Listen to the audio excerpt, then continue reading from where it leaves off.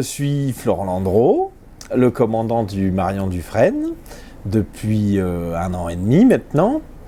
Pour devenir commandant du Marion Dufresne, il faut faire l'école de la marine marchande. Il y en a 4 en France. On peut faire l'école de la marine marchande au Havre, à Nantes, à Saint-Malo ou à Marseille. Et puis ensuite, il faut naviguer, accumuler des temps de navigation, monter progressivement dans toutes les fonctions, que ce soit lieutenant, second capitaine, pour ensuite devenir commandant.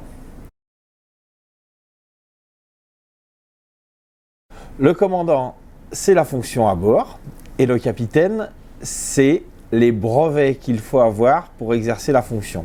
Donc, pour exercer une fonction de commandant, il faut des brevets de capitaine qu'on acquiert avec des temps de navigation et des examens qu'on a eu au départ, et ensuite qu'on entretient régulièrement en faisant revalider ces brevets de capitaine qui permettent d'exercer la fonction de commandant.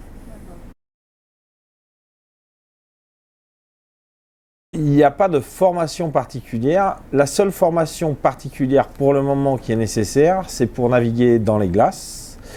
Et ce n'est pas le cas avec le Marion Dufresne, puisque le Marion Dufresne n'est pas classé glace. Donc on ne descend jamais dans des zones de glace. Alors le Marion Dufresne, c'est un navire qui est la propriété des TAF, donc des terres australes et antarctiques françaises, qui a pour but premier de ravitaillement des bases des terres australes et antarctiques françaises, donc sont Crozet, l'île de Crozet, l'île de Kerguelen et Amsterdam. Voilà. Donc les principales fonctions, c'est le transport de la cargaison et de la nourriture pour ravitailler les bases.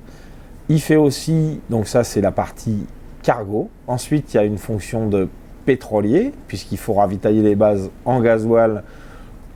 Ensuite, c'est aussi un porte-hélicoptère, puisque pour décharger et déplacer les personnes du navire vers les bases, on utilise l'hélicoptère. Donc, le Marion Dufresne est aussi un porte-hélicoptère.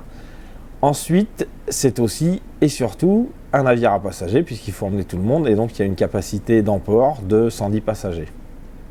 Pour 43 membres d'équipage. Il est donc utilisé 4 fois par an pour ravitailler les terres australes et antarctiques françaises. Et le reste de l'année, environ 220 jours, il est utilisé en tant que navire océanographique. Il est géré par Ifremer dans ce temps, et il permet donc la recherche océanographique